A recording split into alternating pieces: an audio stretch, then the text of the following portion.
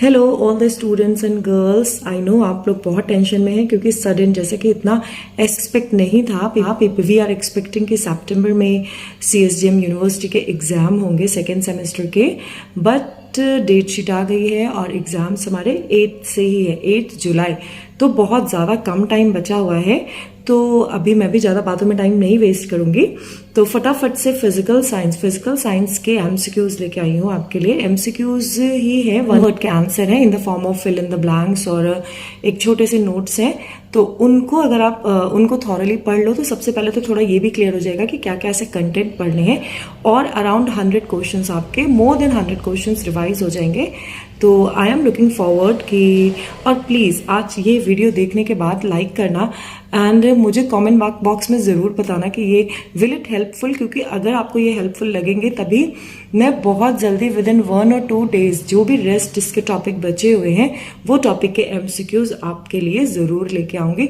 But yes, अगर आप मुझे बताएंगे। सो फटाफट से चलो रिवीजन करते हैं और स्टडी स्टार्ट करते हैं। अभी भी है हमारे पास टाइम, अगर स्ट्रेटेजी बना के और जो भी इंपॉर्टेंट चीज़ें शेयर कर रही हूँ, एंड एक वीडियो में टॉपिक का भी निकाल दूंगी कि कौन कौन से इंपॉर्टेंट टॉपिक हमें करने हैं। And don't forget to like and subscribe and comment करके ज़रूर बताओ कि will it helpful for you.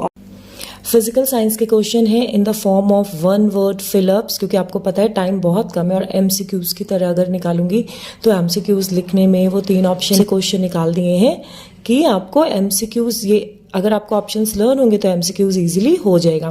First question is, Einstein says science is an attempt to make the chaotic diversity of our sense experience। Einstein के according to Einstein ने क्या definition दी है, मैंने ग्रीन लाइन किया है chaotic diversity, क्योंकि अगर हम जो इंपॉर्टेंट वर्ड है अगर उसको हम अंडरलाइन करके और स्ट्रेटेजी वाइज याद कर लेंगे, क्योंकि इतनी डेफिनेशन याद करना तो इम्पॉसिबल है, तो इसमें इंपॉर्टेंट लाइन क्या है, chaotic diversity याद रखो। इट मीन्स ये किसने बोला है, आइंस्टाइन ने।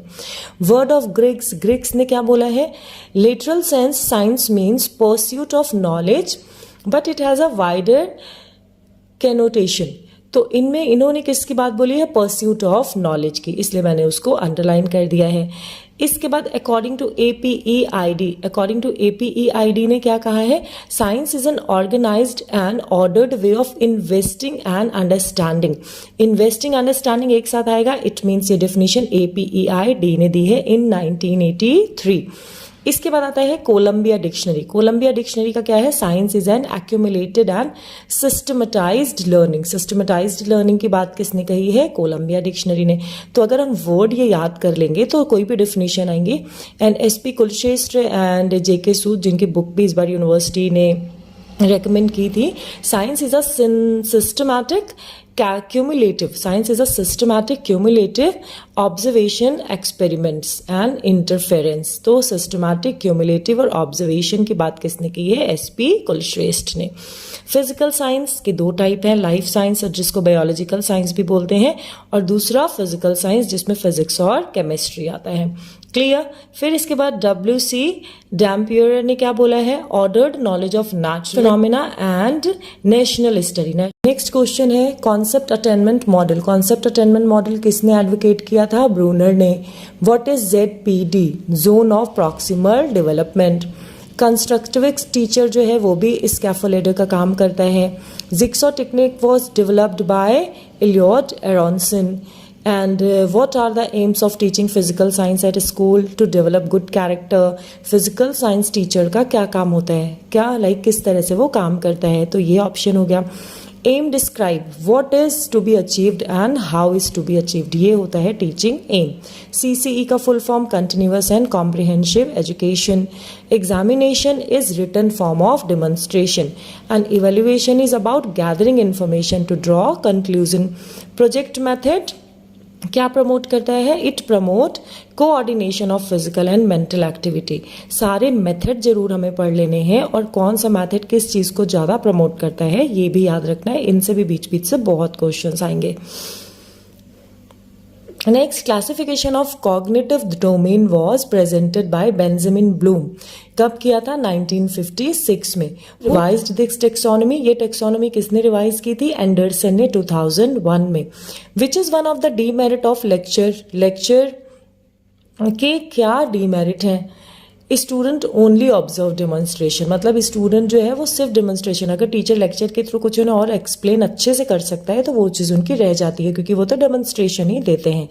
What are the quality of good science teacher, good science teacher का पहले भी किया हुआ है, और ये क्वालिटी पढ़ लेना, जनरली इसमें ऑल ऑफ दीज ही आएगा। तो science teacher have basic academic requirement ज़रूरी है, उनको should know train modern techniques and teaching techniques पता होने चाहिए, एंड ही और should have practical knowledge and identify. और next question, which test is use to identify the problem, diagnostic test. इसके बाद यहाँ से भी क्वेश्चन आ सकते हैं, steps of testing, planning of text, preparation of text, designing of blueprint, writing item, preparation of scoring key and marking scheme, and then preparation of question wise analysis। आप इसमें पूछ सकते हैं what is the third step of testing, what is the fourth step of testing, तो इसका भी screenshot ले लो और ये भी पढ़ना। Evaluation approach, the exponent of evaluation approach is B.S. Bloom। The change of behavior are related to knowledge, feeling, doping aspect। Evaluation approach क्या है, ऑब्जेक्टिव सेंटर्ड है। The main objective of teaching is cognitive, effective and psychomotor, all of this. The basis of learning experience is content भी होना चाहिए, teacher भी होना चाहिए, objective भी होना चाहिए। Characteristic of a good lesson plan, it should be flexible, it is written and it works as a guideline for a teacher and it helps teacher to decide techniques and teaching aids के उनको किस तरह से कौन कौन से teaching aid use करके पढ़ाना है। टेक अ स्क्रीनशॉट क्विकली, आगे मूव करते हैं। ये बहुत इंपॉर्टेंट है और इसको हमें बहुत इंपॉर्टेंटली करना है, ठीक है। सबसे पहले teaching method and founders.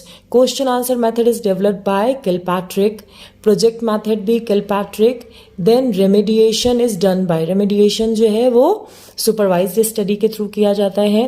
The teacher centred method is lecture method and फिर देखो मैंने कैसे लिस्ट बना दी है, मेथड, फाउंडर और किस कंट्री को है, क्योंकि 2, 1 नंबर 3 नंबर के क्वेश्चन यहाँ से आते ही आते हैं। प्रोजेक्ट विलियम हर्ट किलपैट्रिक थे, American. Then psychometry Jacob L Moreno, USA. Inductive method Francis Bacon, Germany. Deductive अरस्तु, यूनान। एंड क्वेश्चनएयर मेथड सुकरात, ये भी यूनान से थे।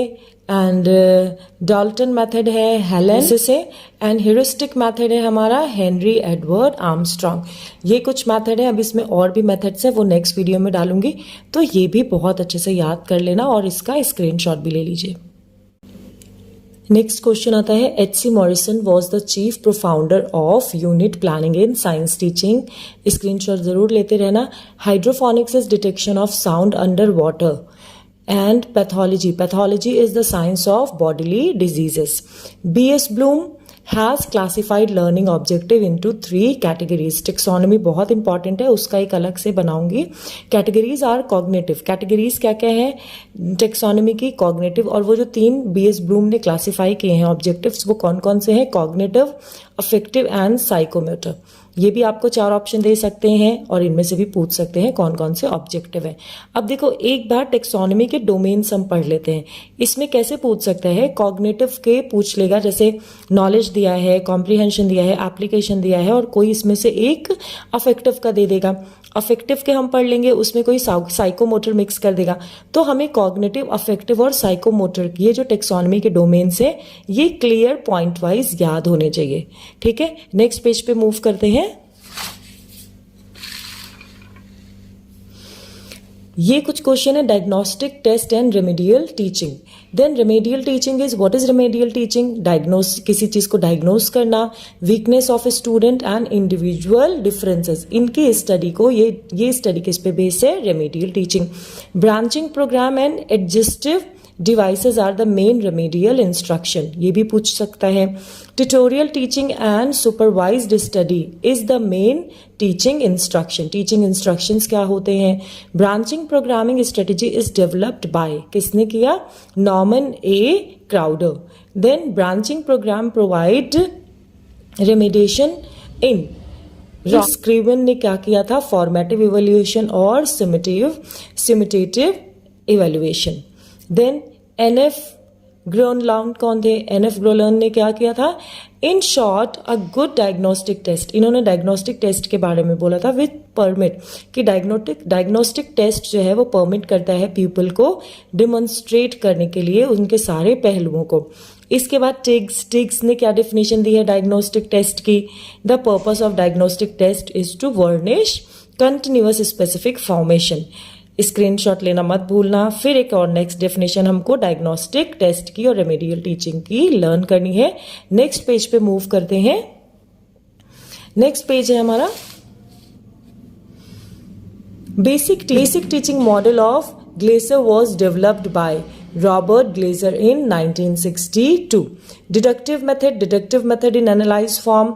डिडक्टिव मेथड कि जनरली एनालिसिस क्या होती है? General to specific.